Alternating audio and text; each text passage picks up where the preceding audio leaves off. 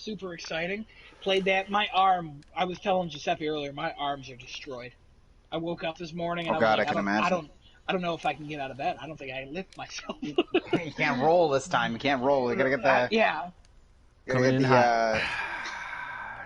There he is. Ta-da! Ta-da! Hey. Woo! I Ah, was excited There's our right now, fearless but leader. I was even more excited when I was playing Beat Saber.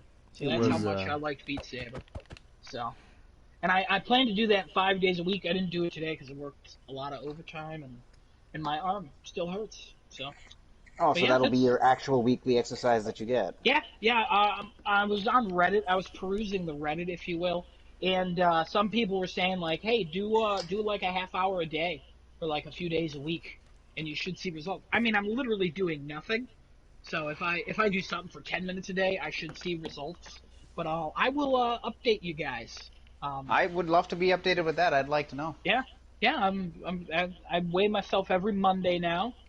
So, but my scale was like, get off me, and I was like, all right, see you next Monday. mm-hmm. So, good times.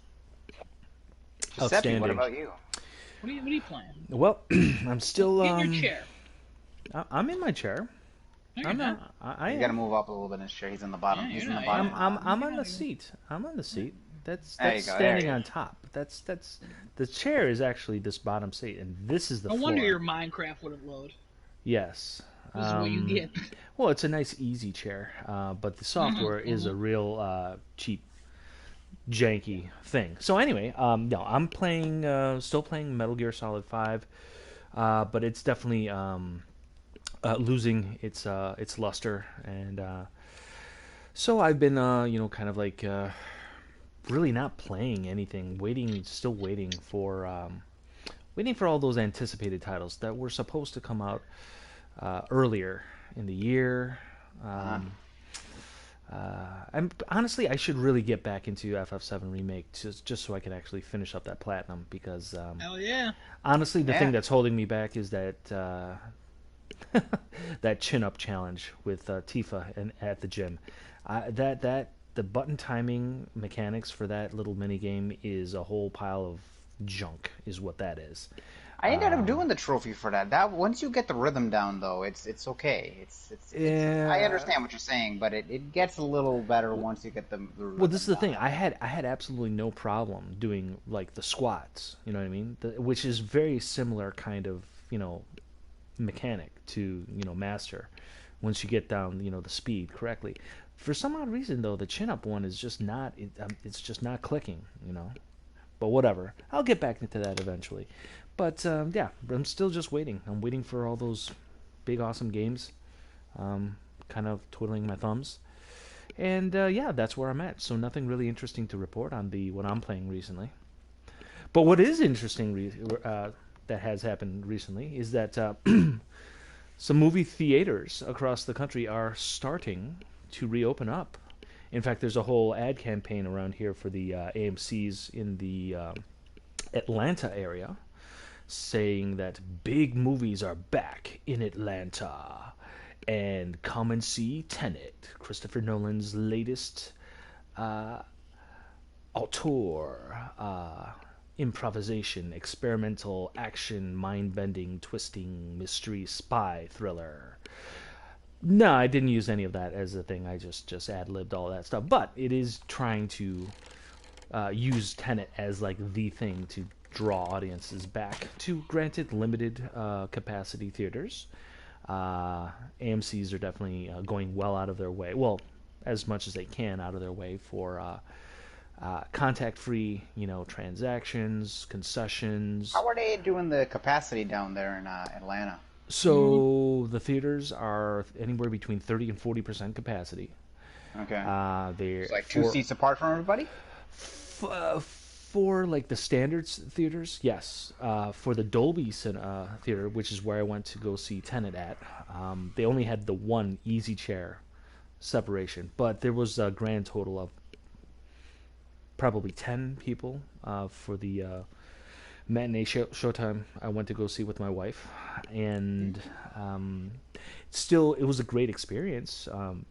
But they do recommend everyone, when you're in the theater, not chomping down on concessions to still have your mask engaged, which we did. It wasn't terribly bothersome, especially if the movie is good and you're into it. And thankfully, Tenet was, so I wasn't really distracted by like any kind of mask choking or restricted airflow. But Now, quick go ahead. question about that. Yes, What's more annoying, 3D glasses or the mask 3D during a glasses. movie? Okay. 3D glasses because I Yeah. mean it's accentuated a little bit for me because I'm also wearing regular glasses, Hmm. and the 3D glasses theaters have always provided to patrons have never really found a way to really make them comfortable with people that They've gotten a already have lot regular. better They have, than but they're those still not crappy. ideal. Yeah. Yeah. Okay. That's what But I figured would be yeah, the best choice. yeah. Um, but no, that was fine. The AMC that I went to had a decent job at like they shut down all of the the self applying butter oil for your popcorn. They like would Man, they that's my apply it. favorite thing, Well, no, though. they didn't take it away. They apply Oh, it for you. They don't want people oh, huddling around. no, You know I what I want to mean? apply it myself. That's the Now best you part. I just just like to drown stick in your it. mouth on the nozzle and just shove it all in. Honestly, See, and That's what they got to stop. honestly, Genesis, if you want to apply the oil yourself, all you have to do is apply for a job. Chances are they're looking to hire on some new folks. I don't want to go Or work in just there. go to your local Kroger's or Wegmans or whatever and pop in some butter You could sticks. do that too. And like as you're walking into the theater, stick them under your armpits or start to melt, and then you right in there, you know. Mm, So anyway, it was fine. Kind of eerie seeing like the theater being as empty as it is, especially for like what technically was like an opening weekend for a big anticipated movie.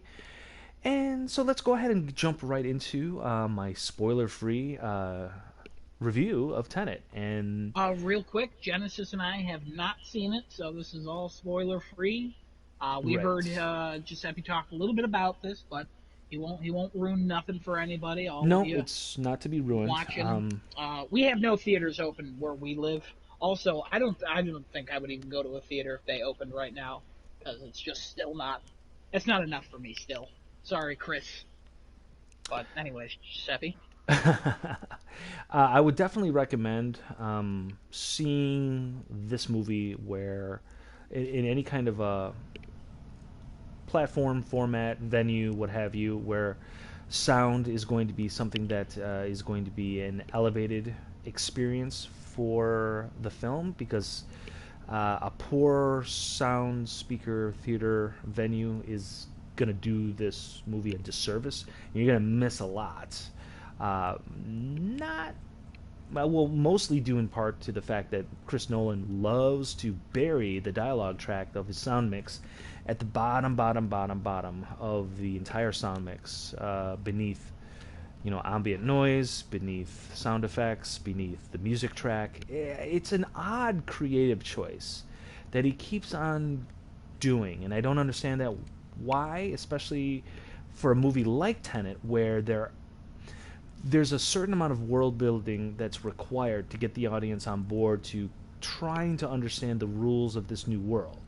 So there's a lot of exposition, but there isn't at the same time because Chris Nolan likes to keep things obscure purposely to kind of like leave things more open-ended for the audience to interpret as they see fit, which is fine.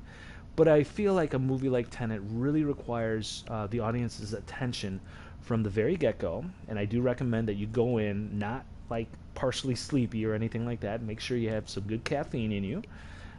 Pay attention from the beginning, and just try to keep up for the initial wave of stuff. And then once you get past that, the movie eventually will start to piece together pretty well, or at least well enough for I would say engaged audiences, yes. For your average audience member that's looking for just to jump into a theater, and just like, switch off and enjoy a blockbuster, you may be a little frustrated with this kind of an experience because it requires an active mind to really appreciate what's going on and where it's leading you. So in that regards, Tenet it comes up a little short in the accessibility department. It's a very ambitious plot, and I'm not entirely sure that it hits on all the points at all times. And as I spoke with Adam yesterday, I believe, I was going over a few thoughts talking about it, and I was talking about how the confusing parts of Tenet are, for me, was not about any scenes or details that they show during the runtime of the film itself. The things that confused me were the motivations and the machinations of the influences on the story and the plot and the characters that are not shown, that are off screen, but that are referenced in very, very brief ways to kind of explain why, like, the entire conflict of Tenet is happening in the first place. That's kind of a significant disconnect. It's kind of like along the lines of the whole Star Wars sequel trilogy and how none of those films really explained where these First Order guys came from. Well, they're just there, and they're bigger and badder and worse than the Empire was before. And just like that, they're more powerful, influential, and a threat than the quote-unquote New Republic. Well, that's kind of a big detail, and again, the main reason why any of the conflict for the sequel trilogy is happening in the first place. So, and there's something similar that's happening in Tenet, just to a lesser scale, but it's along those lines, and that's the thing that was most confusing to me as a viewer, and I wish I would have gotten a little bit more in that regard for exposition wise, because that would have given this world a little bit of a better framework for me to understand, well, why it's so important for everybody that's in the conflict, between John David Washington and Robert Pattinson, like why they have the sense of urgency that they do. But that being said, regardless of the ambitious plot, I would say you definitely want to go to see the action, because the action sequences, particularly the close quarter combat, fisticuffs and gung fu pseudo gunplay action, it's really cool to see. It's interesting to see which sequences are actually being played back in reverse versus the choreography, the fight choreography that was actually planned out to play out in reverse. So John David Washington and various stunt actors, they trained doing their fight scenes in reverse motion, and it's a really neat thing to see, especially when people start getting flipped and thrown and whatnot, bounding about the room, being dragged across floors. It's a really cool thing to see, and in Chris Nolan has always been fairly well at using practical effects to accentuate those kinds of visual trickery. And this is another thing that he really continues to do in Tenet. That's a really, really cool thing. It gives the film a visceral quality to the action that you lose when you have the entire frame be flooded with CG plastic nonsense. It's like, oh, it's just too many pew pews and lasers and stuff going on. It's like your brain's on overload, like a Transformers film. It's like, oh, Optimus is going to go and start chopping up some Decepticons. That means a whole lot of shaky cam and a motion blur and all this stuff flying on the screen. You can't really get a sense of the action or the characters or the scale or the scope or anything. And Tenet does that to a lesser degree. There is a significant portion of shaky cam here still as well. And there's a little bit of, sometimes the camera gets in a little too close, as Chris Nolan has demonstrated in, like, the Dark Knight trilogy, for instance, when Batman does his CQC stuff. Yeah, it doesn't showcase the actual combat as well as you'd like it, because you want to see Batman, kick some butt. But again, the reason he does it, at least the way I saw it in Tenet, is that it masks a little bit of the difficulty of the whole. Well, there's a guy who's kind of like moving in reverse time fighting a guy who's moving in regular time. So how do you how do you really present that visually to an audience? Well, a little bit of shaking cam and a little bit of close-up action, will help kind of obscure any of the mistakes or the janky motion in your action within the frame. But outside of that, um, I think it's a good if you've listened to any of the YouTube reviews regarding Tenet, a lot of them have directed the viewers to kind of like take the whole ambitious time bending elements of the film, take that off the board for a moment, and then just simply think of it as like a spy thriller. And I think that's actually a very good framework to go into Tenet with, especially if you're not really prepared to like visually engage and like start like making mental notes of all the little things that they start dropping early on.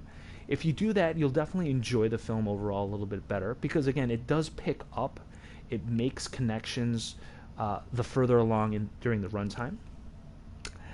Robert Pattinson and John David Washington are very, very good. They're definitely dialed in. They're into their performances. They care. It shows. They both they're both physical enough for it. Although John David Washington is definitely, you can tell he's definitely called upon to be like the physical performer, being the technical lead. He has the lion's share of the screen time. So he does a great job. Kenneth Branagh, yeah, I like Kenneth Branagh in general. I'm gonna leave that for the audience to decide. Go ahead and check out Tenet. See what you think about him. He's the primary antagonist, and that's not a spoiler. That's pretty much revealed. Has been revealed in like the trailers. It's kind of suggested. Yeah, you can tell for yourselves. He wasn't. He was kind of like a low light for me. I didn't particularly care for him.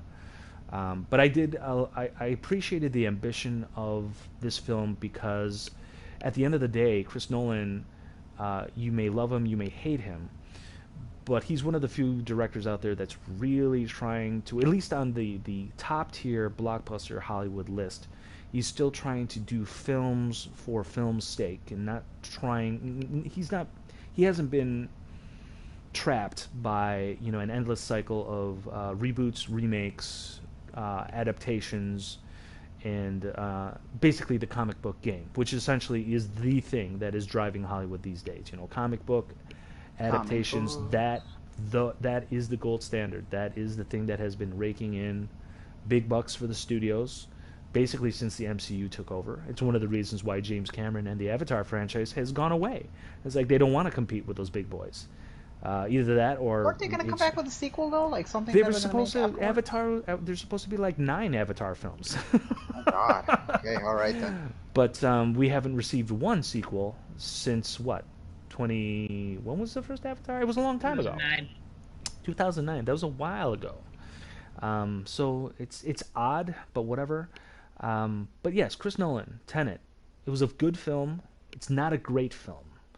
Has some accessibility issues. Good action. Great practical special effects. And it's definitely it's the kind of film that will inspire some discussion regarding the mythos of this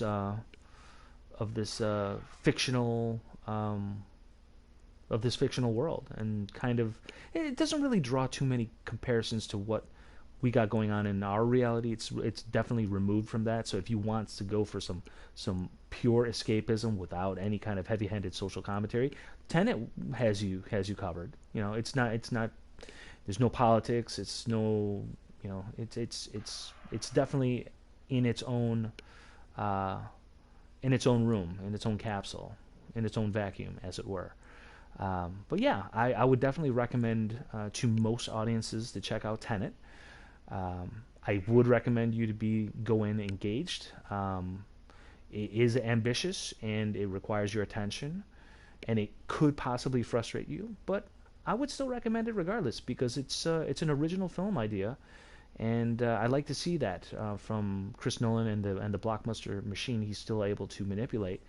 and still kind of like put out these kind of experimental type films. I mean, it's insane. Like Hollywood will definitely give Chris Nolan multiple hundreds of millions of dollars to do what I would qualify as an experimental film. That's what Tenet really is. It's not it it has some classic blockbuster tropes going on in there, but once you get into it and you're trying to understand what's going on, you're definitely it's pretty obvious. It's like, well, this is not your standard fare stuff. So it's interesting. I'm glad that studios are still willing to give him lots of money to do those kind of films, and apparently they're just not really interested in giving Marty Scorsese the same kind of budget to do basically the same kind of films he was doing 20 years ago. So that's why there's Netflix. Netflix is So getting a budget to do a bunch of films that people want to see, but do they do as well as they you know want to Netflix films in general? I know they get No. some big actors and stuff like well, that, but like in terms of I mean, there's no box office on Netflix, so there's like whatever kind of money that happens. I would If you assume have it's subscribers, right? The more subscribers join well, this because is of the X thing. movie that comes up. Well, this is the thing. We don't exactly know how much money Netflix is giving the studio, because that's Ah, essentially like that's why we track box office. If we track box office in a traditional way, we have a better idea as to how much money is funneling back to the studio for that product. Without the box office, we don't really know what Netflix is giving, like Warner Brothers or Sony TriStar, Columbia, Disney, what have you. We don't really know. I'm sure there's a way to know, but I don't think it's readily available because Netflix isn't particularly transparent with their concurrent user views and all that. That kind of data is not easy to come by, and I would imagine Netflix would want to keep that pretty close to the vest. That's not something that they want to share. But I would imagine that any film that bypasses the box office is losing out on a significant portion of profit uh, for not having a theatrical release. Now, granted, there's a lot of additional expense that's involved with pushing a film towards a global theatrical release. Heck, even for like a limited, Los Angeles, New York, and any other kind of like peppered in major cities like Chicago. Um, Even something like that is a considerable expense because now you're looking at a more significant advertising budget, which can easily basically double your production budget just like that in a snap. So I mean, there's give and take, but for an event film, and I would definitely qualify Chris Nolan like special effect feature films as event films.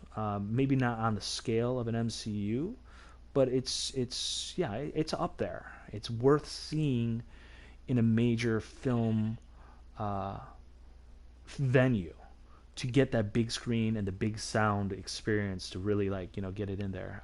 Even for people that have like awesome 4K, 8K TVs with surround sound systems at home, it's just not the same. Getting it on if it were available on video on demand. So I would I can still, agree with that. I can agree with that. yeah, I would But definitely not push anybody out there to drop what you're doing if you don't feel comfortable going back to theaters. I'm not saying that at all. You got to do you. You got to be comfortable, take care of your family, be safe. Do what you feel is right. But I would definitely say that if you have the opportunity to, and you don't feel as uncomfortable with the theatrical environment, and theaters are, or at least the one that I went to definitely was taking steps to keep things as clean as possible, as socially distanced as possible, and as safe as possible, I would definitely recommend supporting Tenet at the theaters. And it doesn't have to be now, but I would definitely recommend it eventually, because soon enough, all of the other anticipated summer blockbusters that got kicked to later in the year, they're going to start coming out again, and then you're going to have a little bit of an issue. It's like, okay, well, we got a lot to pick and choose from in a short window of time, and for me, I just really want to make sure that I have plenty of opportunity to see some of those highly anticipated films that we're supposed to get. But yeah, Tenet, I would give it a solid B plus in general. Good, not great, but still would recommend it because it's a unique original concept by Chris Nolan. And there you go. Cool. Yeah. Just a little tidbit about Netflix budgets. They do sometimes release what the budgets are, like The Irishman. It was 125 million, but then went up to 160 million. So they do talk about budgets every so often. So how much did the studio get back though? Oh, I have no idea. That's That not that that's now really that's what what they don't I'm. talk about. Yeah, that's what I'm Yeah, really more interested in. I don't even know if they would be able to factor in like that has to be like over years, like they're like what they expect to gain from making a movie like that.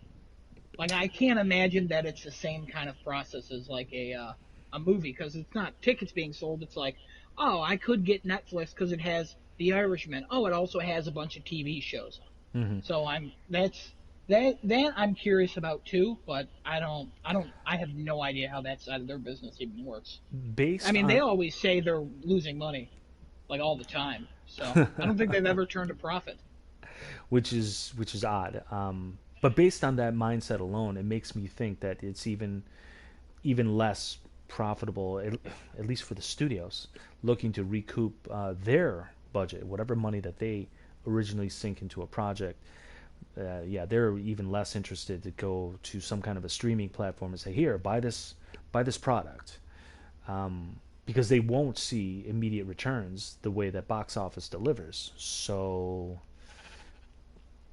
it's an interesting it would be an interesting Yeah, economics question. You know what I it's mean, to see how they the apply it. PlayStation Plus Fall Guys commentary that we had a couple weeks ago. Like, Hmm. what is the like what's the benefit of this?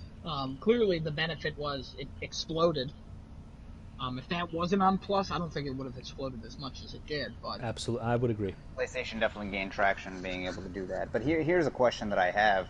mm, So, mhm. like in the current climate of things and how things are today, like for example, Mulan just came out on Disney Plus. Obviously, if you want premiere access, you pay $30, and then if you want to watch it for your same price in Disney Plus, you wait till December 4th.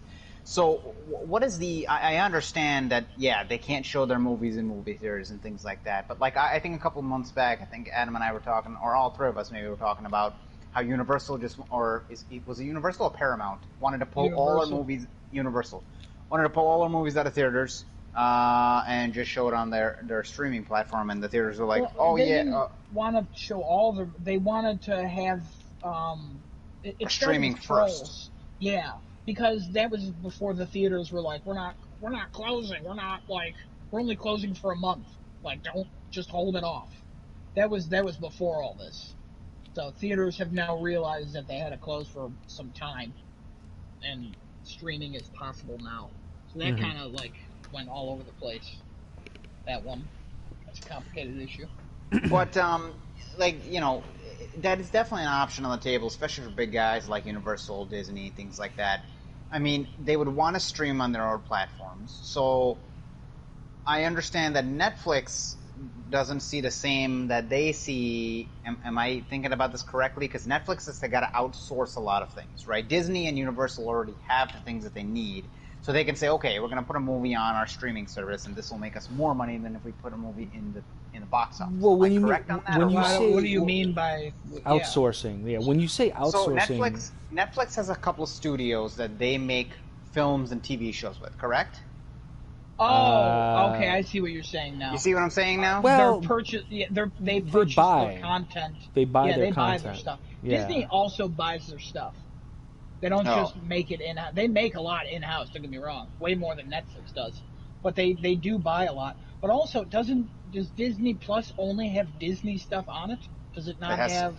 it yeah. has the It's Fox stuff on it now too. Well, well, that's Fox, now but they bought Disney. Star that. But they Wars. bought that. Yeah, but they bought that, so Yeah, that wasn't made in house either. that was right. Yeah. Correct. Yeah, So but So, now they and then bought it once, where now they have it for good, right? Where Netflix, they wouldn't they have to keep writing contracts with these?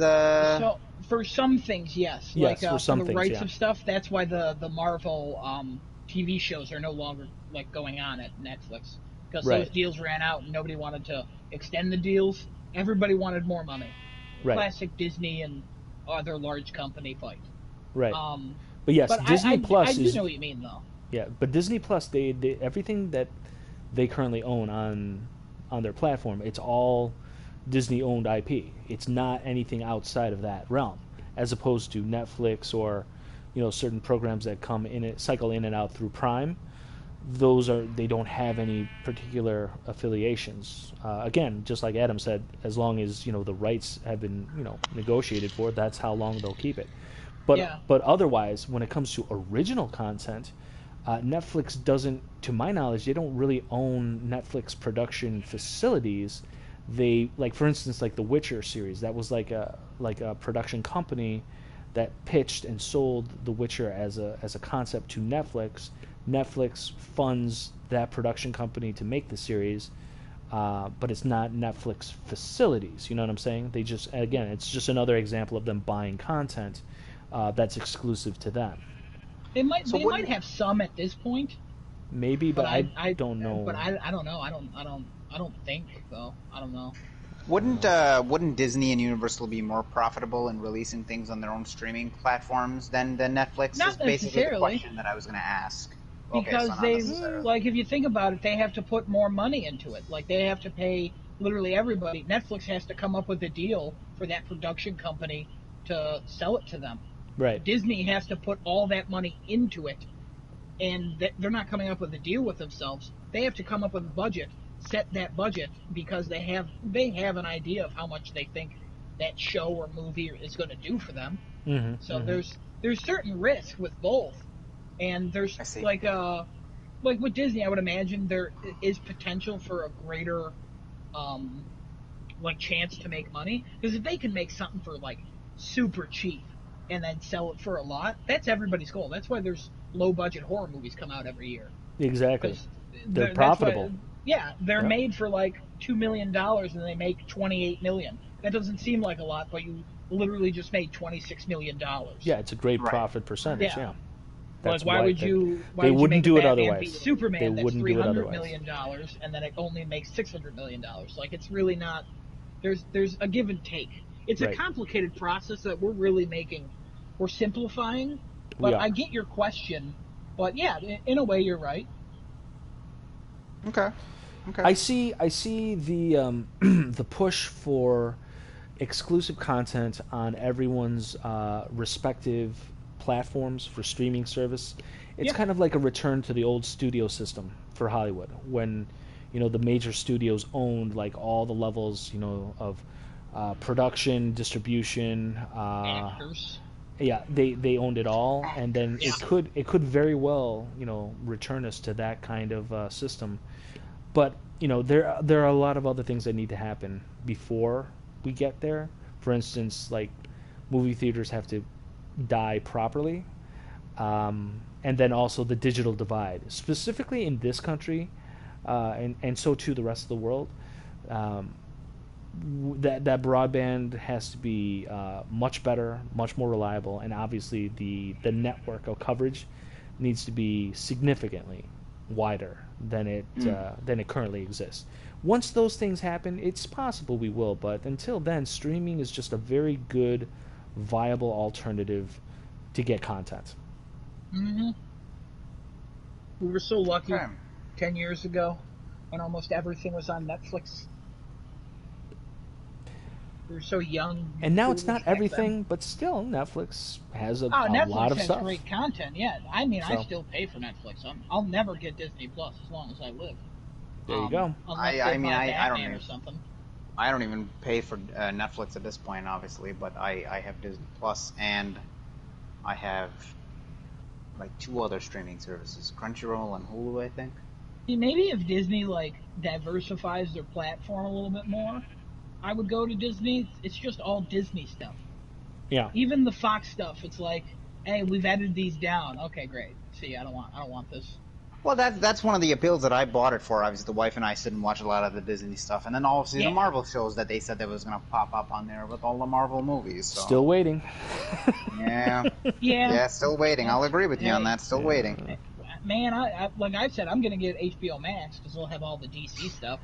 That convinced me. I don't. After Snyder Cut comes out on there, what's gonna come? No idea. Friends? I don't give a fuck about that. Big Bang Theory? You know me. Penny, knock, knock, knock. Haha. Yeah, sitcoms. Yeah, they're Meh. all bad. Laugh Yeah, tracks, awful. yeah. Not good. Not the best. Oh Yeah. well. No. All right, so that was a nice little segue. Didn't really plan on Yeah, talking about that, streaming services, but hey, that's all a very, very, that's a modern significant times. thing to talk about. This is the reality in which we're living, and yeah, it's important to talk about it. And maybe if anyone out there has anything else to chime in about it. I mean, have people been staying home and like partaking in some of like the streaming only releases, such as the Bill and Ted, the new Bill and Ted film, and Is any of that the was other that streaming films? only, or was that in movie theaters as well? No, no, it No, was that's video on video demand. on demand, $20, Oh $10 cheaper than wow. Mulan, about an hour and a half shorter. Hmm. And it could probably be better. I don't know. All I Honestly, hear is all I it hear has is a better nothing. chance of making its money back because it had a Yeah, smaller budget, while true. I thought Mulan Mulan was like was #1 though, as far as what it's been streaming and downloaded. number one. It costs $30 to rent, Right. okay? Yeah.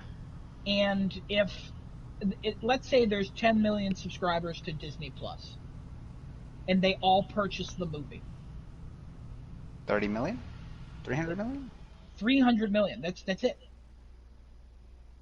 That Right. movie in theaters would make over $1 billion guaranteed, especially That's with true. its release in China. And I Right. believe it's still getting released in theaters in China Yeah. because Yeah. I don't There's think some Disney Plus boycotts is going available. around about it now though because Yeah, of the there's whole. it was filmed in parts of China. There were boycotts like a year ago because the main The actress main came out actress, in right? defense Yeah, they're of coming out again now, and in yeah the movie there is a thank you to the police from Hong Kong. yeah they Yeah. wait a thank you to Oh, the police from Hong Kong. That something's about that's not right. Sin Shuang Police Force. That's what the actual quote was. It's a in the movie. There is a in the credits they thank the Sin Shuang Police. I don't know if I'm pronouncing that right. Probably wrong. Uh, That's okay.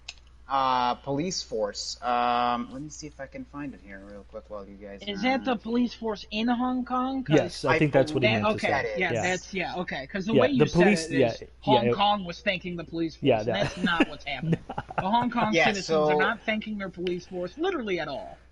yeah, no. So the film thanks Xinjiang authorities in the Mulan credits. Hmm. Yeah, Well, that's some garbage Specifically. right there.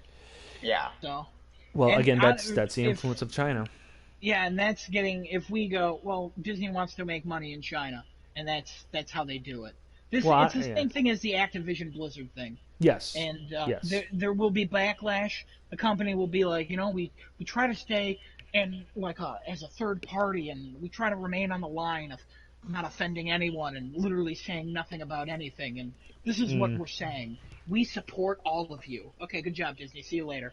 Go right. get out of here. You literally added nothing to this, and you probably made it worse, if I'm honest with you. Yeah. So More than yeah, On likely. another that's note, one of the reasons More why I than wouldn't likely. see that movie. Also, they completely changed the movie, and I don't yes, they mean did musicals completely and all change it. that, but the Is Mushu motivation. even in the movie?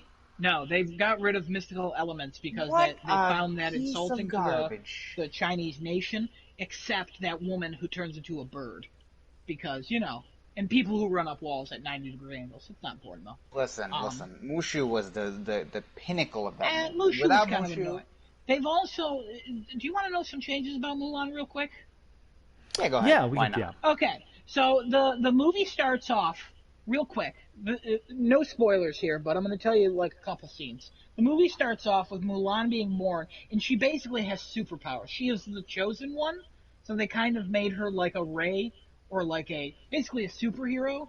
So when she takes over for her dad, it was obvious she was going to take over for her dad. She disguises herself as a man for a very short amount of time in the movie.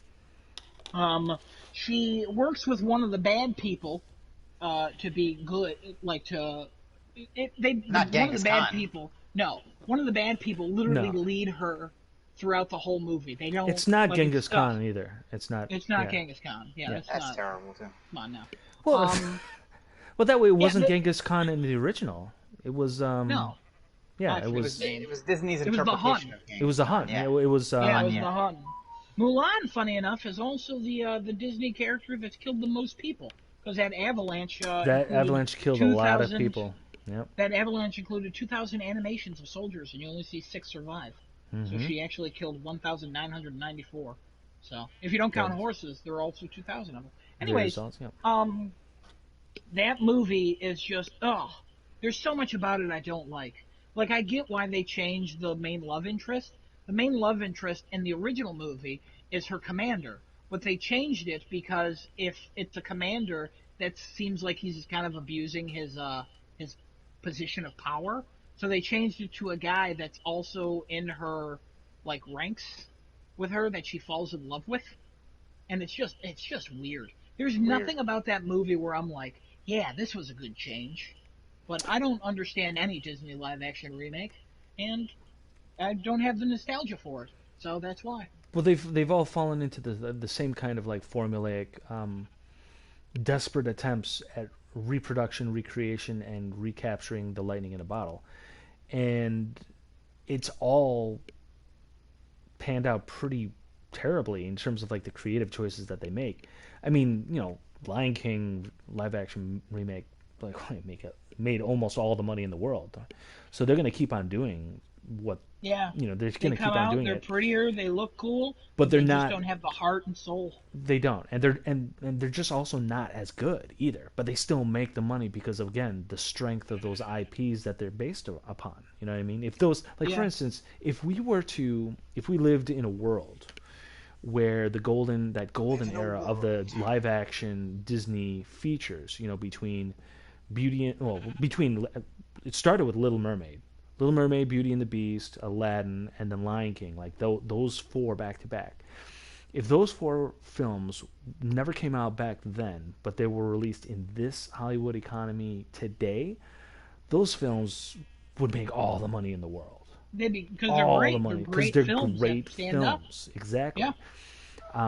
And that's probably the only reason why these live action remakes make the money that they do, because again they're harkening back on of better source material than what they ultimately produce with their reimagining.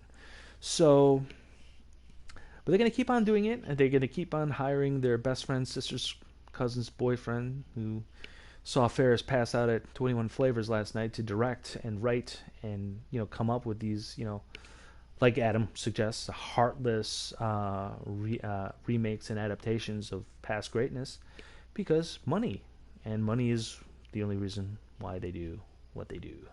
So yeah, also, real quick, I've never seen the remake of The Lion King because nothing about it seemed good.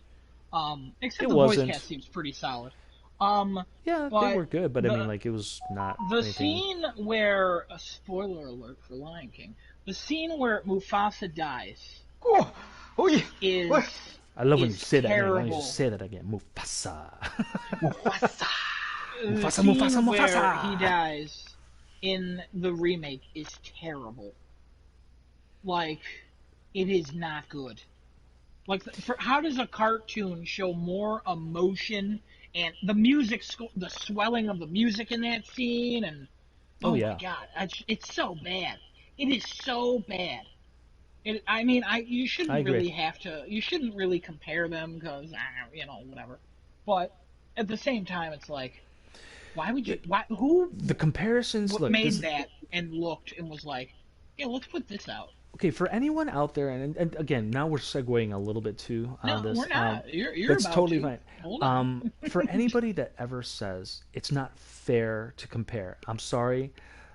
It is completely fair to compare when it comes to remakes and reboots and what have you. I'm sorry, that's the nature of the game. They would that project wouldn't exist at all without the strength of the original source material, the original film that made that idea great in the first place. So, no, it's always completely fair to compare when it comes to remakes and reboots. I'm sorry, it has to happen.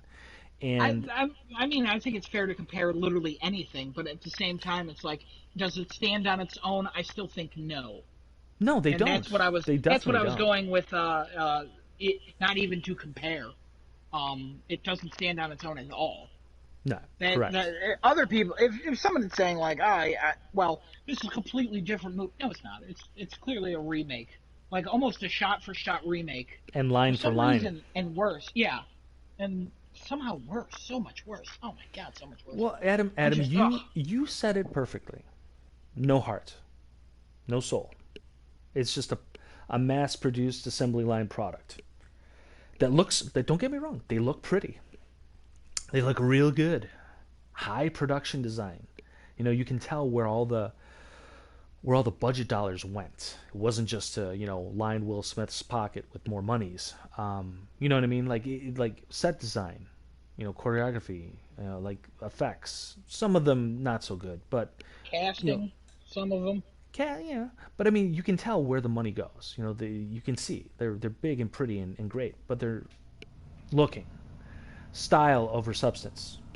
It's the very definition of it. So no, Adam, you said it. You said it perfectly. That is exactly what it is in regards to these live action Disney remakes. And hopefully, I don't know. Well, the well is going to dry out soon enough if they keep on cranking them out at the rate that they are. So yeah. Yeah. So that's where All we right. stand in regards to this. So now, moving things There you along. go. Your review of Tenet. All right. Yeah, well, it kind of like took a couple of different segues there, Side. but that's fine. Side. But I understand there's some additional information we want to discuss regarding the Xbox Series S. Genesis, It's will you lead finally us in? here. It took so long. I wish I could sing really well, but okay. Okay. Or well. So at what? You said Aww. really well. Or just well. Well be All well. right. You know. Well, sometimes I just like to tell myself things, but if you want to remind me what a scumbag I am, then that's a-okay. Because you Whoa. know Well, what? hey, the Nobody. grass Whoa. is Whoa. the grass is greener on the other side. Anyway. Yeah. So yeah, late last night, about 3 a.m. because I think What? uh, we were up until I want to say like maybe 12:30, closer to 1, looking at a leak that got posted yesterday of some. I don't recall ever seeing this guy's name Brad Sams ever before, but I could be Mm. wrong on that. Saying, "Hey guys, check this out. This is the screenshot of the Xbox Series S, and here's a price." And a couple of people came out and was like, "Yep, that's it." A couple of analysts was like, "Yeah, that's the console." Not so sure about the price, but that's the console. And then literally at 3 a.m., after a couple of memes later, Microsoft says, "Hey, that is the console. We'll share soon, or we promise soon, sometime in the future." It is $299. It is the lesser powered console, like everybody thought it would be. They never made any specific remarks that yes, it was going to be less powered. I don't even think they officially ever acknowledged it was going to be made. I think this was the first actual announcement, proper announcement of them saying, yeah, it's here. This is it. And while they have not officially confirmed the Big Brother, the Series X's price, they have indeed said this is $299. Here's what it's all about, and gave an intro video, which apparently a lot of people had some stuff on it. Like as the first board broke, everything afterwards just broke. They're like, well, I guess I shouldn't hold on to this anymore. Like I saw a couple of tweets come through like that. I was like, that's odd. And we finally have at least one of the prices of the next generation consoles, which is going to be a underpowered 1440p console. It is only 512 gigs of SSD. It is upscaling 4K, so it's not true 4K. It's checkerboarded 4K since it's 1440p.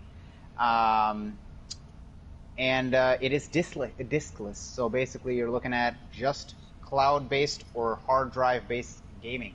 So perfect for that Xbox. Non hard games. drive.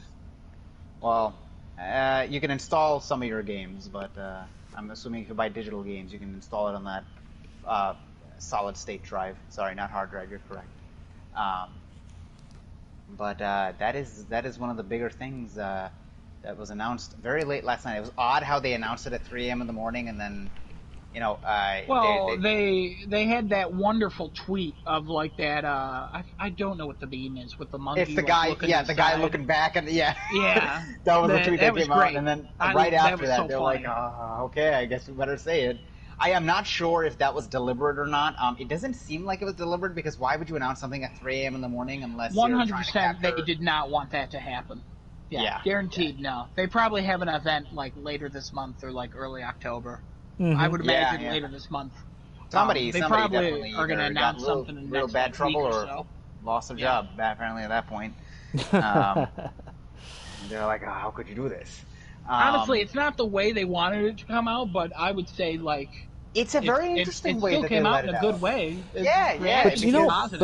but yeah, still, I don't understand why the need to hold back on this information. I mean, like I get that these companies they don't want to do anything to upset the market in a way that would cause consumer confidence in a new product launch to waver in any way. Because again, 2020, COVID, everything that's happened, all of that will influence this product launch that's happening at the end of the year. So it's a very delicate balance, and I understand it. However, I'm just saying, it's like I don't understand the need to hold back on this information. And if they were a little bit more transparent sooner than later, it just seems like they would be able to control the narrative a little bit better and to maximize it, the sharing of information in the way that they, like you said, Genesis, in the way that they would prefer it to be ultimately. You know what I mean? I don't know. I just don't understand I don't understand the reasoning behind that when they could very easily just deal with that. You know what I pricing mean? point. I guarantee there are some reasonings behind it, and there's probably a reason we don't know it. So Oh, I don't I definitely I don't deny that. That's yeah possible too. I I maybe it's just don't just me, understand it. but like it is very strange. It's very strange. Like what? Why? How come a company doesn't just say like, oh, this is how much it costs? Like, we also don't know like when did they figure this price out? I guarantee you they figured it out a while ago. But I too agree. Yeah. I'm sure they've been trying to be like, okay, when are we gonna release this? What are we doing? Like they're trying to figure it out, especially this year. Everything's all messed up. So this is not something they wanted to happen in this way. But at this point, like, who cares? It's just I know who I care. What wouldn't be shocked if Sony puts out like a 3 hour video on the PlayStation 5 at 3 in the morning, and it's not even leaked. I wouldn't be shocked if that happened. I Just don't know if they'd Sony puts want it to out. do that. There's a lot I of don't. hype No, they behind the wouldn't. PS5 itself, but They wouldn't. But I wouldn't be shocked at this point. I'm just at ah, that stage where it's like, if anything, I honestly wouldn't be even that shocked if when the sun rose in this game and the price of the PlayStation 5 is on the sun. I'd be like, oh, okay, cool. right? Or if Microsoft was like, hey, by the way, Minecraft is on PlayStation, we're gonna actually put some Xbox ads into it. If that's okay with you guys. I would not be UFC ended up shocked. doing that. EA's No, not UFC anymore. 4, they put Not yeah, anymore. not anymore. They were putting actual real live ads in the game, and I was Yeah. like, wow, look at that. Hey guys, hey, I'm fighting some Russian guy and some Portuguese guy. Hey. Did you hear about the boys are back on Amazon Prime? Oh Like my what? god. That's What are weird. your guys' thoughts on the console itself, though? Do you think so? Let me ask you this: do you think it's a good move, bad move? Does it make a difference? What is Microsoft's I I guess think. next play if they've now have to talk about this guy? Well, I think they're putting that information out. They're leading with a less powerful hardware with a lower price point to soften the blow of the inevitable true price of like the real system that they want to be like the flagship. So it's not a bad idea to start with that, but now it's giving people a better idea as to how much money the new real system is going to be, and that might get the wheels turning in a negative direction for people that are thinking it's like, okay, well, they put out this price point for this system, and it's going to be able to do certain things. It won't be able to do everything. Um, I feel I think it could possibly do a little bit of backfiring because of that, because they haven't released it concurrently with the information about the real flagship systems. Like, why not put all that stuff out there like simultaneously?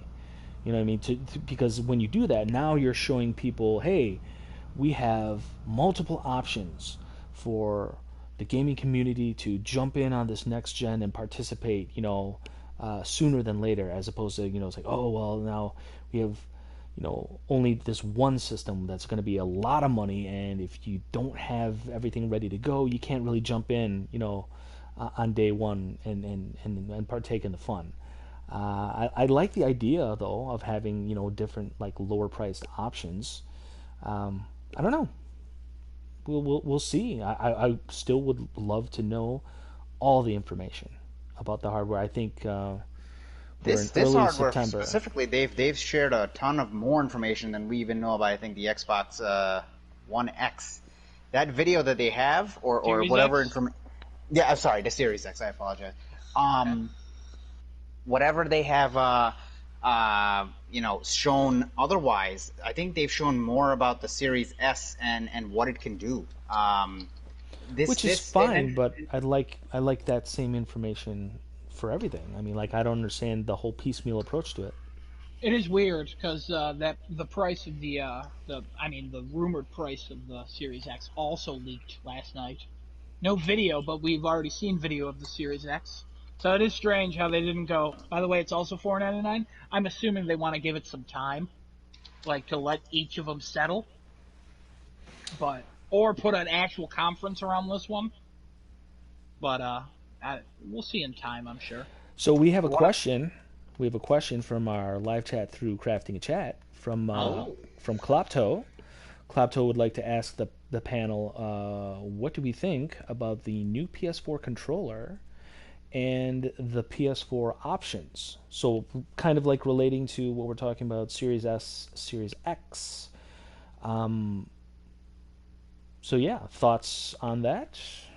Really quick. I know you're getting knee deep into the Xbox stuff, but how Are about a quick you asking the segue? PS5 controller or PS4 controller?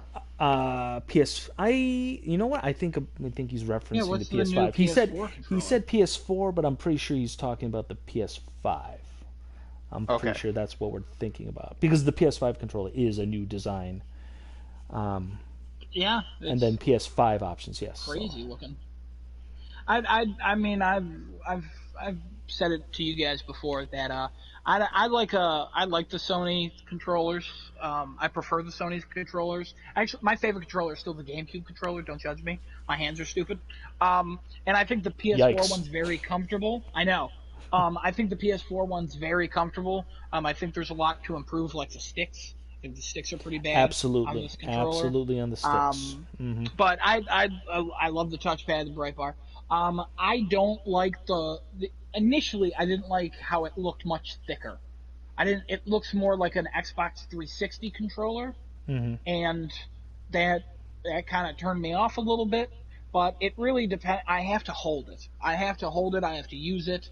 I know I'm gonna like it eventually, or even if I don't, then I can just buy a third brand or Hmm. like a third party brand controller that feels like or looks like a PlayStation 4 controller. Right. Probably. I'm excited for the not the share button, whatever the heck it's called now. Create the The create create button. button. Right. Create button, yeah. I'm excited for that and potential of what that's gonna do. Because that's basically how we do this show here, this podcast. Mm. Um, yeah, no, it looks cool. I would like it to light up. There was that Reddit video. Yes, if that But does that somehow, that'd be amazing. at the same time, that would kill the battery. I've never had an That issue would. with the battery on mine because I live in my room, and I have USB extension cables, and I just let things charge overnight or Yeah. while I'm playing. Well, I So mean, it's never been an issue with comparatively, me. So This controller has an 800 milliamp hour battery. I think it's I an have no idea. 800 It on lasts the about back. 6 to 8 hours. It's an 800 milliamp hour battery. Hmm. Comparatively, the PlayStation 5 controller has a 1560 milliamp hour battery. So 1560, that's like what? At least 500 milliamps hour more there. Yeah, but it 600 also milliamp has hours more more. features in the controller, Right. like a different Right. rumble feature, haptic feedback, which I'm Yeah, yeah. assuming costs more energy, and I'm assuming there's still trade-offs. I'm And sure. I'm sure. we'll see about the whole battery. Like you really don't know. Like they can tell you specs about the controller, but that's what You they did didn't. about You the don't. PS4 controller. And a year later, everybody's thumbsticks were all sticky. Well, So and and getting back to that, and that you mentioned the sticks, and honestly, I've had an issue with the PlayStation sticks since PS3, and that dang rubber whatever on the sticks. I just I don't like them. They really cut down on the half life of the controller in general. I yeah, don't understand why they don't incorporate something a little bit more sustainable, like the top, like the kind of textured plastic molding on the top of the sticks for like the Xbox controllers. Like I don't understand why they don't incorporate something like that onto the PlayStation analog sticks because I hate that rubber stuff. I hate it so much. It's just horrible, and that's the one thing for sure that I hope that they change, or at the very least, give us the option to switch them out into uh, like more sustainable sticks. I hate that rubber. It's gross. It I gets mean, sticky. It's horrible. you can I always There's buy nothing. sticks I and hate then it. just take apart your controller. It's actually not that difficult to do, and there's thousands of YouTube tutorials on how to do it. I don't care enough. I'm just like, I'll play. On PS3, I actually bought, I think they were at GameStop, so this really dates this. Remember GameStop's still alive? One day everyone's going to look on Yeah, this podcast being yeah. like, oh, Nostradamus. But I bought those things like you put on the sticks and it totally improved it. I also bought the triggers for They L2 and do. R2 They and those do. were so much better. They do. But at the same time, I would like to see, like, for instance, if they are going to be charging premium prices for these accessories, I'd like all that stuff to be good to go out of the box. I shouldn't need to have to modify it after the fact with, aftermarket,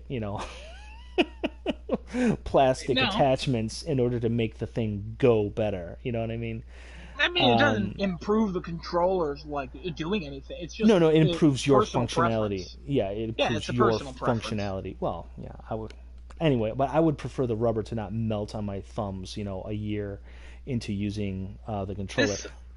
This this God of War one that I have now, it's the thumbsticks have definitely stayed way better. But also the sticker where the warranty was on the controller, where it lists like the model number and stuff. Every time I play, like my middle fingers go there, and it just rubbed that sticker right off. It's Uh-huh. completely gone now. So And what do you guys thanks, think about PlayStation. the possibility? Like again, this is referencing back to Klopto's question regarding the options for the actual PS5 platforms themselves. We're talking about the disc version and the disc drive less version. What do we got? What do we think about those really quick? I know we've discussed it amongst each other off camera, off chat Yeah, before, but let's can we give a couple thoughts on that really quick? I think we also talked about it in the pilot episode, so Did take we a look talk back about it in the there. pilot? Yeah, I that think Yeah, could be. so. I'm I pretty think sure the we pilot did. episode we did. It was one of the The topics pilot that or we wanted to. one or the pilot. I'm pretty sure it was the pilot. Yeah, I really like the option of a discless PlayStation, but at the same time, I can just go with disc and never put a disc in it, and always just have the heck was that? Genesis is shooting um, arrows into no, the I air know. because he's Um, riveted with this conversation apparently. No, but no, no. I'm listening to the conversation. I want to give my opinion too. then shut up and let me speak. I didn't say Um, anything. the disc, I can get the disc one, and if it's like $50 or $100 more, that's fine. I don't care. I'm like, I have a 4K Blu-ray. I want to shove into that baby. It'll Oh, be I absolutely. I interesting think I though. the buy same thing. movies. I buy movies on disc. Games. I I'm don't getting to the buy them. point. Yeah. The games I'm getting to the point where I can get like 85% of them digitally and won't care. Which has changed a lot in the past like 10 years. But movies, I don't like getting them digitally. I still like a disc. Hmm. So I don't know why. It's just again a personal preference. Again, yeah. So Genesis, controller and PlayStation? What's the goal here? The controller I like. I love the dual tone they're going for with this. I'd love to see like a reverse color, like the black and the white reversed.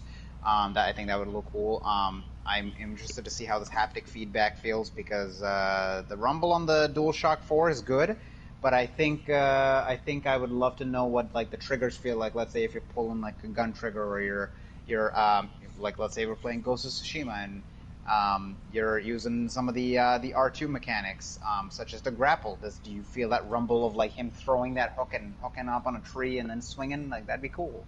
Um, I think as far as the options go for the PlayStation 5, it's always going to be disc option for me because I like to own a physical copy of my disc. I've had a previous account taken off PlayStation's network, and I can't access any of those old games anymore. Mm. I can't access anything about it. So if I were to ever 'Cause lose you're that, a cheater. So. no. Um, no, not really. This has to do with me getting games in a non. In a cheating way, you cheated out the system. Yeah, we'll go with that. Okay. So I would always want a disc console, even if it is $50, $100 more. I think I'm fine with that. Although I would like to have more memory in the console versus just a 1 terabyte. I believe I would want to have at least a 2 terabyte in there. Even if I have to purchase it on my own, I would prefer that. And if the faceplates are removable, that's pretty cool too. I would like that. It would be nice to see modification, like with a wider range of like actual Sony branded parts. Like if that was like the base model and the base like ambition for the PS5 controllers, that would have been a cool thing to launch with. But again, that also undercuts the potential for the recurrent spending on replacement accessories for the inevitable breakdown Yeah. as the Sony, generation goes on. Yeah. if you're listening, Sony, and we know you are, Pro Yeah. controllers, make that a thing. Please give me a Pro controller. That would be nice. I would love I That'd be would pay a nice. premium price for a nice custom control. If I can customize a controller and I can put like the infamous logo on the touchpad, come on, man, let me do it. The Let me do customizable it. controller options. Why have they not? I know they have many colors for Also, PS4. we have but PlayStation Pros, but no Pro controllers, and the Pro controllers are Xbox. What? You need to make Pro controllers and call them Series controllers. I'm just saying it's PlayStation. The internet would respect you. Oh yeah, I would agree with that. There would be love. There would be love. The Just Series to- X, Series O, Series Triangle, and the Series Square. So that's controllers you make. Hire me, PlayStation. I got you. There you go. To go back to the original question because I don't think I had gotten Giuseppe's opinion, or maybe I did. I don't remember on what your thoughts were on that Series S as far as. I didn't say anything about it either. Oh, I'm sorry. I thought you had said something. No. I think, I No. mean, really, the only thing I really said about it is that I'm glad that they put out what seems to be a cheaper option for at least, getting a little bit involved, although not having the full functionality of what the next gen is going to offer. But, I mean, we'll see what that brings. I mean, I was just saying, it's like, I wish that they would have all of the pricing for everything that's going to be coming out simultaneously. Just get the information out there. Start building your hype with real numbers and real integration. That's just what I would prefer that. Actually, before I say what I'm going to say, Adam, go ahead and tell me what your thoughts are on that. Okay, so when this was first brought to my attention as a rumor, last night by you, Genesis, and your brother, I was like, okay, why? And then when I woke up this morning and I saw your brother with the tweets and it's all confirmed and stuff, I was like, oh, that's cool. It's only $2.99. Like, I'm glad there's an option for people. And then as the day went on, I kept going back and forth like, who is this for? What is this for? Why? That is the question that I also asked. If Xbox is trying to get Game Pass everywhere, and it's going to be on your phone, it's going to be here, it's going to be there, a $2.99 box is cool and all, but I mean, it has an SSD, it can upres to 4K. But in like 2 or 3 years, aren't we going to have the same issues they're currently having with the Xbox One X and the Xbox One S? And that's why we're getting 100% upgraded consoles? correct. So are they turning this into a phone thing? Like every 2 years, the Series S is going to evolve? So I'm gonna segue right off of that. So there's a popular opinion that's going across some of the message boards like 4chan, NeoGAF, things like Oh. that, Reddit as well. Of What's the internet whispering? the internet is Genesis. saying that this particular console is the true next gen console that Microsoft wanted to initially reveal, not the One X. And I'm gonna explain the rationale. Series People, the Series S, yes. X. Um, sorry, the Series X. Yes, I don't know why I keep calling it the One X. Why am I saying that? Because Maybe we're I because bad don't at know. naming consoles. yeah. Well, that's So another thing too. the rationale that they have behind this is that this one is the more accessible option. Right. It is definitely cheaper than the Series X, and if you look back at the One S and the One X and compare that to the Series S and the Series X, the One X doesn't have anything that's really going for it. Like, so let me make a quick comparison here.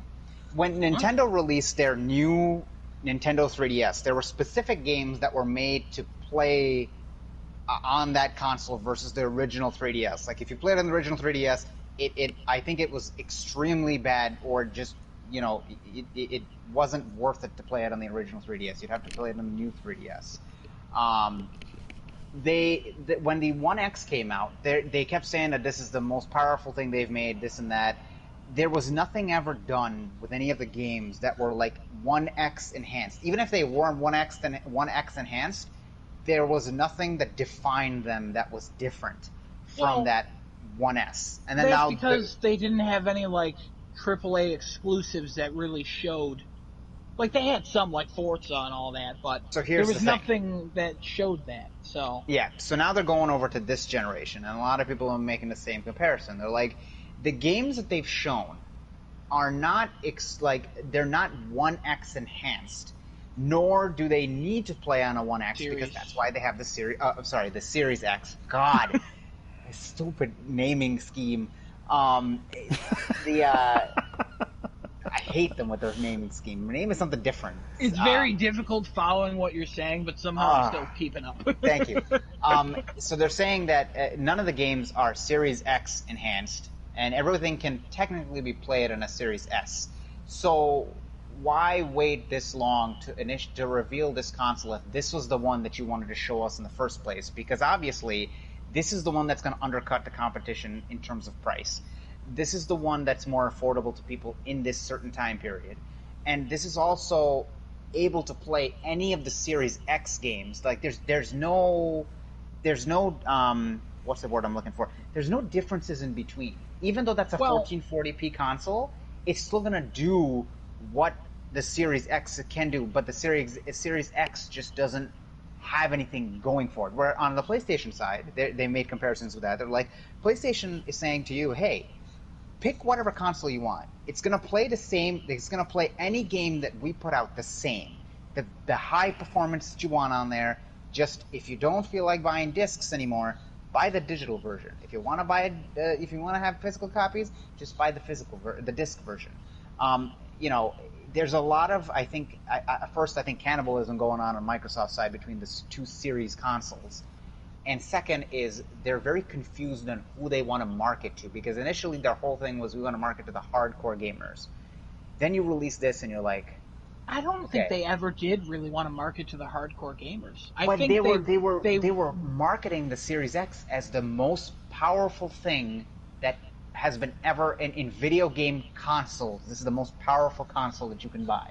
yeah, it Who else is. would that market Which to? is well, I mean, they made it and it's coming out, but I don't think they ever intended for that to be the flagship console. I don't. The Series X you're talking about. Yes, the Series X. Also, the Series X, the Series S, and the Xbox One consoles, they're all supposed to play the same games for 2 years, according to Microsoft. Well, hey, if you don't want to upgrade now, I gotta do a these are fact all check going to work because on I what I want to just said. see. or No. On between the oh, One X and the Series S, because I just actually thought of something. If they're saying for 2 years that you're gonna be able to play the consoles, the games on all three, what is the difference between the One X and the Series S? Not the Series X, but the One X and the Series The S. Series S has a solid state drive, and it does it's 4K upres.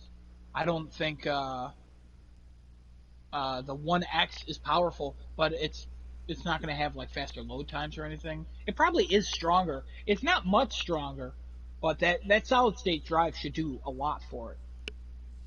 And I think that's really what the next console generation is about. That solid state drive. The solid state, yes. What Yeah, is that? that's what everyone's building off. Oh, faster load times, faster everything. It's gonna be so fast. Oh, it's gonna be so fast. Until a couple of years later, when we add so much to the UI that it's not gonna be as fast as it once was, but it's gonna be faster than your PS4 because you'll turn on your PS4 and you'll be like, "What the? This was so slow. How did we ever survive?" There you That's go. literally what happened with the PS3, and that's how time And works. that's why they discontinued the One X 1 terabyte console. Okay. Okay. Yeah. So So this has got I 6 teraflops versus what does the Series S have? The Series S has thought it had 4. how then okay. So now here's my next question. I Again, don't this know how doesn't teraflops and all that work. I don't know if an SSD somehow makes up It's for the just higher teraflops. I don't performance. think it does. I don't think it does. The it's- teraflops is I the don't know. horsepower of the console. The SSD is basically like the transmission, if you want to so quote unquote think. Again, I don't know how engines work, so you're not speaking any language I understand. Um, I'm not. I'm gonna have to pull up a digital foundry video eventually when they make one on the Oh, Series let's S. yeah. but like, That's so what. Yeah, that's I'll what I'll put it wait in the for. easiest terms. If the One X is technically more powerful, yes, it does have a HDD than the Series S. How would the games that are expected to run on the Series X run even remotely better than the One X? Because you can swap out the One X's HDD for a SSD, and wouldn't you have a more powerful console at that point in time? No, the Series X is more powerful than the No, One X. versus the Series S. Versus Series S. Dude, you really got to get better at what you're saying, because you No, just did I because you not said say that? Series X. You said Series X, not Series S. Oh, maybe the way I sound, it Okay. sounds like I'm saying How about we X. call it the SS and the XX? Oh nope, we can't call it that. No. Hold on. So The little white, the stereo yeah, the stereo and the versus fridge. the old VCR. So Yeah, the VCR, the stereo, and the fridge. Got it. okay, so the VCR, if you replace the VCR's HDD with an SSD to now be on the same level as the boombox or whatever, Wow, you already screwed this up. yeah, I already screwed this up. Yikes. Wouldn't you have a more powerful console with the old VCR? I would assume not, because I'm sure it's more than an SSD. I don't, but again, I don't know. You're asking the wrong human. So, I'm not gonna lie. So I'm gonna go ahead and jump in here at this point in time, and say Okay. that while we've been discussing, the hardware about the Xbox Series S for a little bit now, my eyes have definitely glazed over a tad, and so, I think. I don't know. Do we have anything else really to add to it at this point? Because we've been given a subject change possibility by our one friend, Mr. Klopto, for the crafting a chat. And this actually, Genesis, might be right up your alley. It might actually ignite a brand new flame for enthusiasm. And it actually pertains to anime.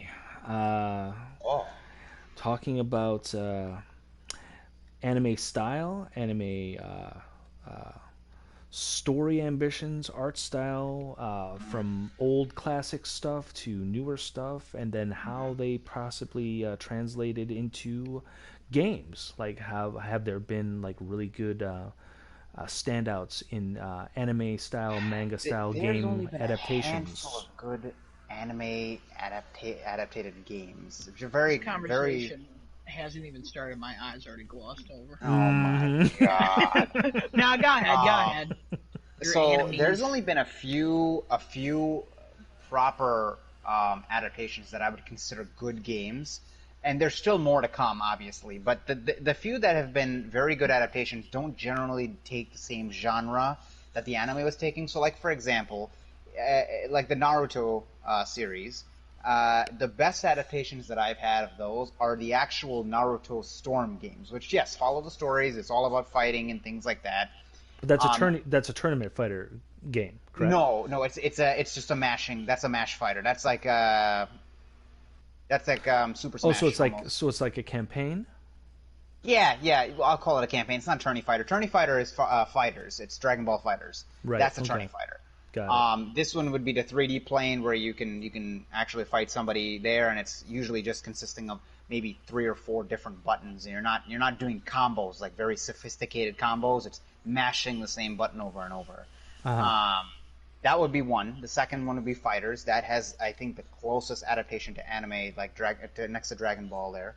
And the third one would be, I want to say the there's the either the One Punch game or the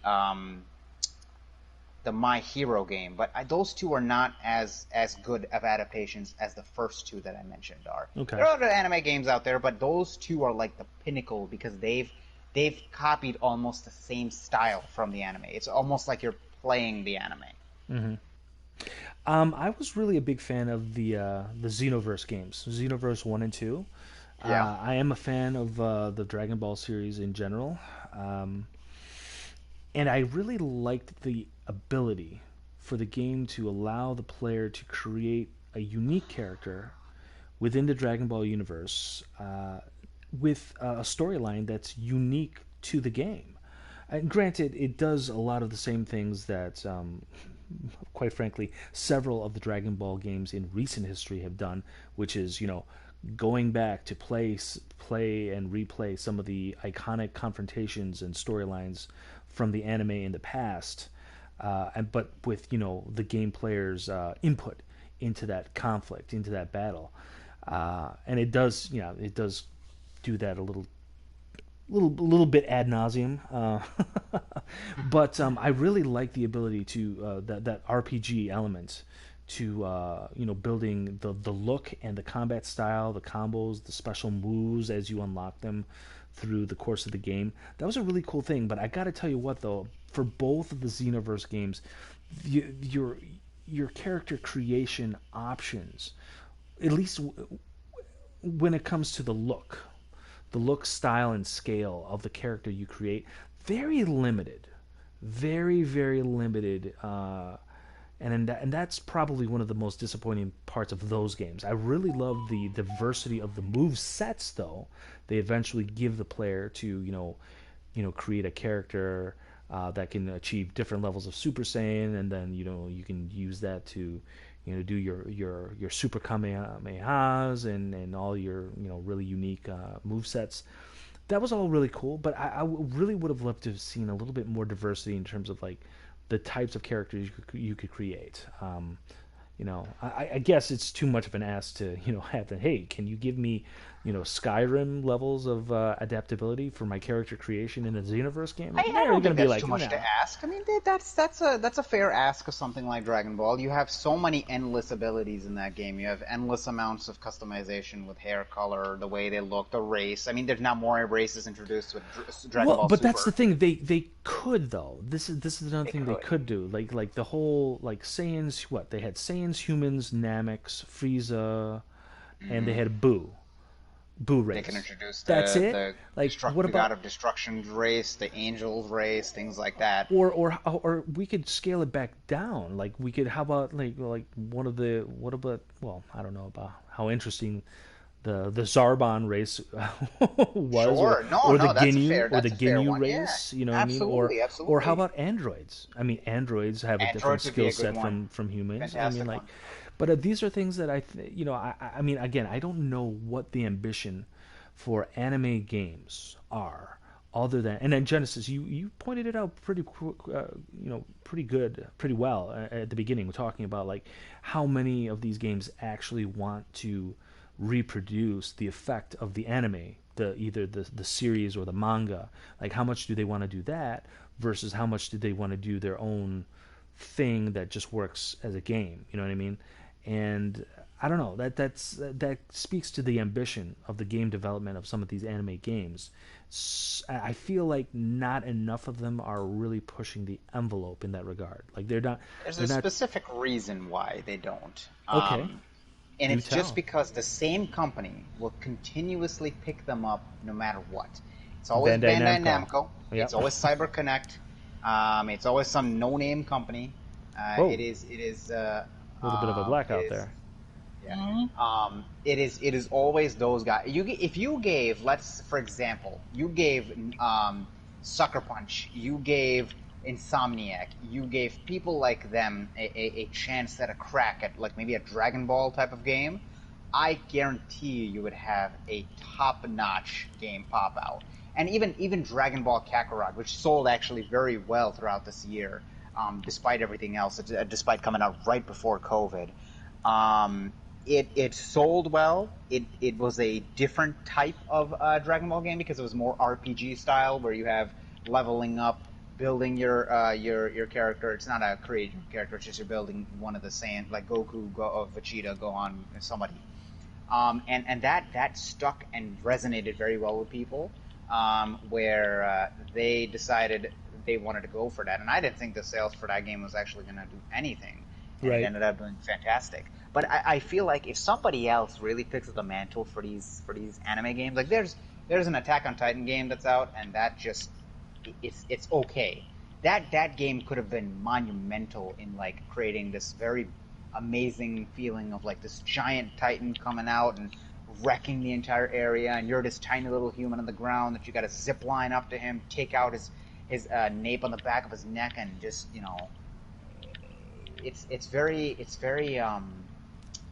very difficult to get those types of studios on board because even though there's a giant fan base behind the anime games, the track record of these anime games just are not there. I think Hmm. that's why they don't ever pick up the mantle to say, "Oh, let's go do this." You know what I'd like to see? Uh, I'd love to see uh, an anime adaptation game of Death Note in the style of Persona. Oh, What do you that would be think? good. That would be kind of That would be interesting, yeah? fantastic. Actually forgot about Persona because it's not generally looked at as like an anime adaptation. The anime was adapted from the video game, but Right, Persona is right. an excellent example of you give a studio an anime type of game and they make it fantastic. That's a fantastic studio. Atlas, they make fantastic anime type of games. Mm-hmm, So mm-hmm, mm-hmm. that's one studio that I would say I would want to see a Death Note game from them. You play as Light, you play and you get to choose the ending or whatever But whatever it may but be. I like incorporating the concept of like moving around the city to like set up your kills or to investigate to find out who's getting close to you, who's not getting close to you. Um, Klapto says that there was a Death Note Kira game made back in 2007. I'm not familiar with it, I can do a but I little would. fact check in here. Well, I mean, Trust him. No, I I know would I trust try. them. I I would want to trust know what them. it is. I didn't even know what it Oh, was. the Me lights were neither. his I'm idea, not. so.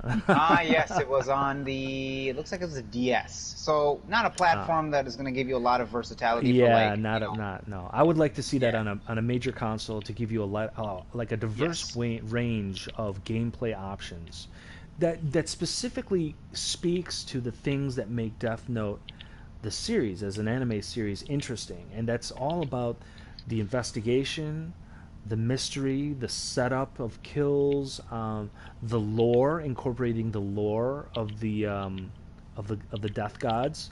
You know, all of these things are yeah. There's a lot of potential to make for a really interesting kind of game there.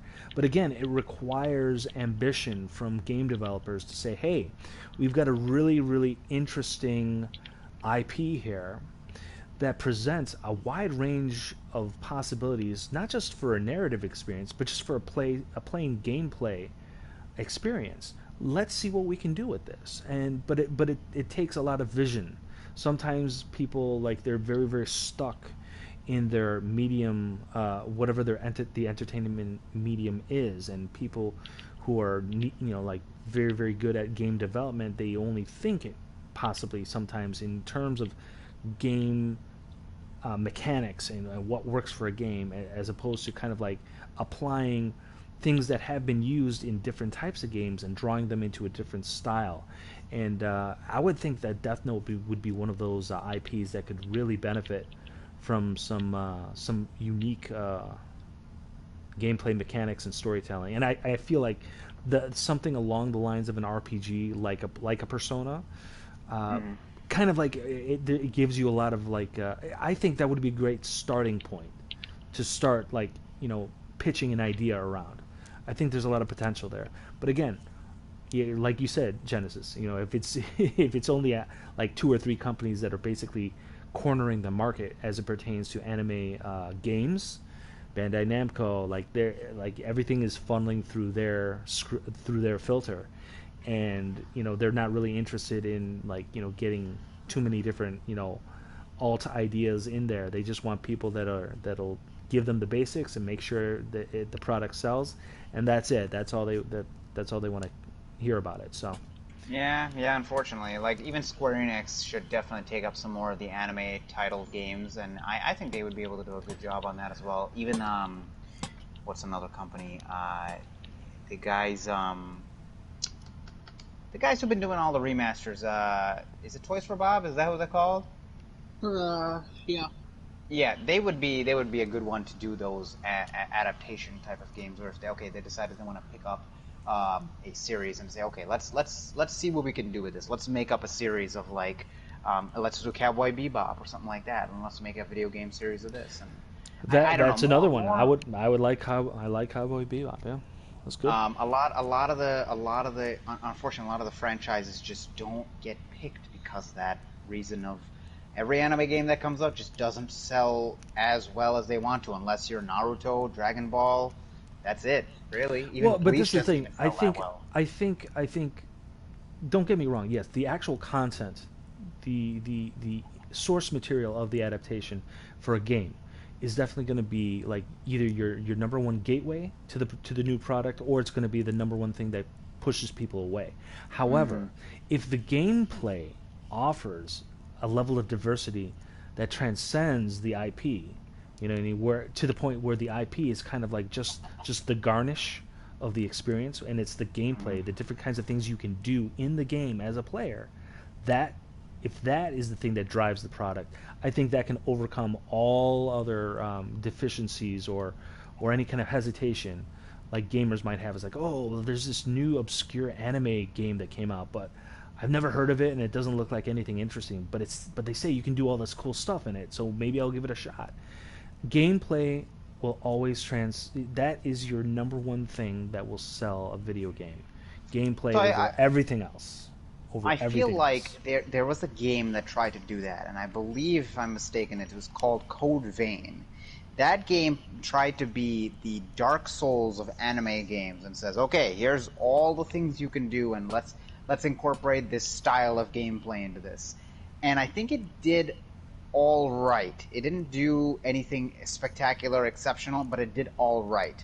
But it did not draw in that adaptation piece where like it looks like an anime style. It looked very cell shaded, which is typical of most low budget anime games. They're Yeah, all it's just a, cell shaded, and yeah, they're 3D models that look, you know, however they look. Not yeah. the manga type of like Dragon Ball Fighters or Naruto Ninja Storm, or even there's another fighting game that recently came out, Kill la Kill, Hmm. um, where that one was very close to the anime looking as well. More of those, more of those type of games need to come out where they're as close to the anime adaptation as possible. And I think that's why Kakarot even like shut down with me, where I looked at Fighters and I looked at Kakarot. I'm like, why does the game look so garbage? Right, right, There's right. mechanics, but it doesn't get me excited to be like, oh, and I'm not an attorney fighters. I picked up fighters though because of that, and it just, even the attacks, every single thing in that game just screams you're playing the Dragon Ball anime. Right. and that's what drew me in. Same thing with Xenoverse, even though Xenoverse does use cell shaded, the attacks and the customization and all that stuff, and playing things outside of the normal story and Right. changing the storyline, that was what drew me in. So Definitely. So yeah, I didn't mean to like lose Adam there for that entire segment. I know It's all anime right. is not. I did a little set design, so Yeah, yeah. you I'd know, I like that it. worked I certainly, out. like yeah, it. Klopto definitely appreciates your efforts there, and I know, I'm there. yeah, I know. I'm he's in your got it. chat. All right, it's all good. So yeah, anything else you guys want to toss out there? I mean, I'm not trying to wrap it up. I think we got a solid another 15 minutes if we want to toss Rumor of the anything week. else out there. Oh Yeah, yeah, go ahead. rumor of the week. Yeah, Let's yeah. rumor of the What week. what is our Rumor of the rumor? week. Rumors up. Okay, What I what are those got. internets whispering to you? All right, so I actually just looked one up. So one that came in the last hour. This is the last hour that I've seen here. Oh, we got a Ooh, Um, spicy rumor. hot off the apparently there is a presses. leak of how much a expansion for an Xbox Series X SSD would cost. A Oh, 1 terabyte SSD expansion is going to cost $220 according to this leak.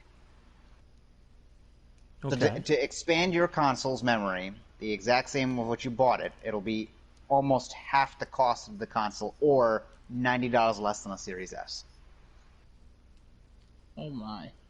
Yeah. Oh yeah. Hmm. Does not bode well. Internet is not too happy from the leak that I'm reading here, and it doesn't. That doesn't bode too well. It's I proprietary, mean, so they're gonna. SSDs are also like super expensive. Technically, you can get them cheaper though. Like the black Western Digital Black, which is very close to the PS5 SSD, because it's an NVM 2.0.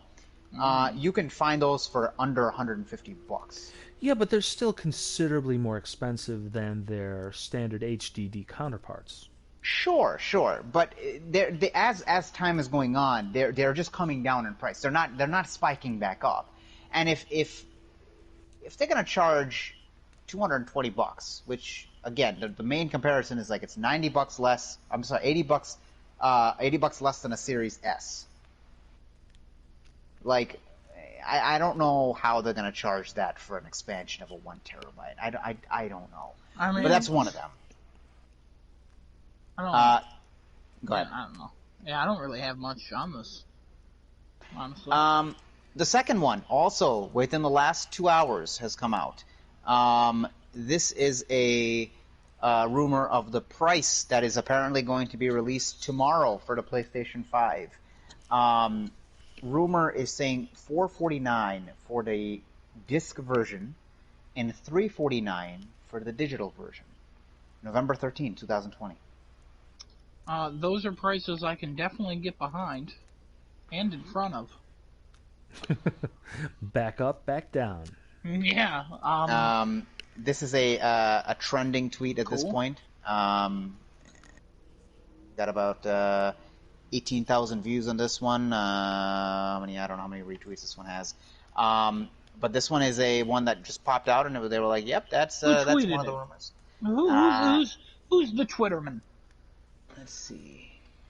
Part of who is this? Saltiest Gaming. This is he's got something on YouTube here. I don't know how big he is on YouTube, but he's got something on YouTube here. Salty. What about the Saltiest salty gaming? Gaming. Yeah, saltiest. Um, but yeah, and then the third one that I have here is closer to Nintendo's side of things. So apparently there is a leak from Nintendo Alerts, which is saying that we are going to see a remaster or remake of a Pokemon game coming. And the exact quote was, and to think that people complain about the Mario remasters, when they see the Pokemon thing that's coming, they're going to complain even more.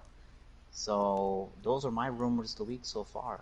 If I would be happy to see a remaster of Pokemon, specifically the Diamond, Pearl, and Platinum series, because those were actually very, very good games. Those were exceptionally good.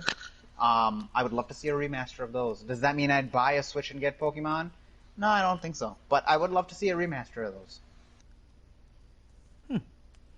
There you go. I'd love to There's see a some good rumors. Pokemon game. You know? Yeah, because Sword and Shield is garbage. No, all of them are. Crystal's still good. Crystal, Gold, Silver, the pinnacle, I think, of the franchise. Yeah, if you haven't convinced me, I don't think it's good. That's my rating. That's a good one there. That's a good one. That's My how I rate goodness. them. So My goodness. On a scale of good to crap. It's a very small scale. It's either crap or no, good. not crap. Come on now, that's ridiculous. You're right. You're right. So. Well, I'm going to follow up those rumors of the week with my phrase of the week, and the phrase of the week is definitely going to be save your money, because 2020 is definitely the year of financial instability. We'll just say, and with the launch of these new console generation hardwares and companies like EA, 2K, Activision talking about hiking the price of games $10 for the brand new threshold for new software releases for this new console generation that's coming up, doesn't bode too well. Doesn't bode too well for your pocketbooks. And while gaming has definitely continues to be a good bang for your buck when it comes to entertainment value in terms of like the amount of enjoyment and time that you can get out of the dollars that you put into it, it is not an inexpensive hobby No. to get involved with, and it doesn't look to be getting any cheaper anytime soon. So definitely save your money if you want to be jumping on to this console generation day one. And also try not to sacrifice that kind of money that you have if you're on a shoestring kind of budget situation. Yeah, don't sacrifice rent and like food for the new Xbox or the new PlayStation, because it's not that hot. You can wait. I don't think that's what most people are skipping rent for. It's more the simps doing that, so that's well, not really gamers doing that. Well, Wow. whatever. I'm just saying, if that is possible, it's conceivable that that could be a possibility for some people out there.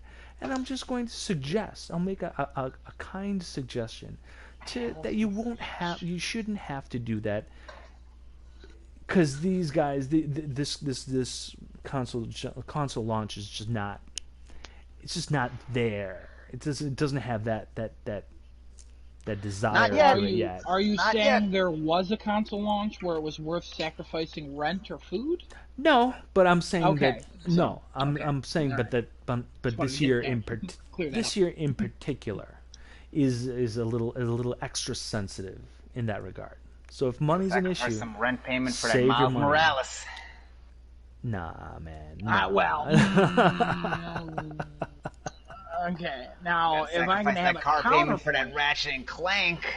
if I can have a counterpoint to that, Yes. if if you got to save your money, don't watch us. We want all your money. Give us your money. Yes, please We have donate. no- we Patreon, have- OnlyFans. we don't- Adam's got an we- OnlyFans account. Hey, I said we're keeping that separate. God, Right. Daddy's got to make his money. But anyways, He makes his money selling thigh pictures. What? $10 for a jiggle, 50 for a wiggle. That's, hit me up on OnlyFans. There's a difference. It's time It's a for the $40 truffle. difference. Time for the Yeah, truffle no, it's shuffle. value. There's value in there. Listen, there's a lot of There's value in some there. value in there. You want to see some Quality of rolling it. action? You're talking about hundreds of dollars at that point. My bed's up against a wall, so I gotta roll like twice to get off of it every day. So You want to see check those out sensual that rolls. OnlyFans triple cam open. I have no idea. I have Open literally rectum. No idea. Oh, what? No. My goodness, No. I'm gonna have to No, that pump the got too brakes. far. Pump the Come on now. brakes. Pump the Come on. brakes, baby. There That are was- children watching, probably. The now, brakes so. got cut. Yo, think hours of the ago. little angels. Think of the little sisters, man. The little Well, don't sisters. think of them when you have your rectum open. I have to be honest with you. That's messed up. don't. No, just, It's messed up, Giuseppe, but hey.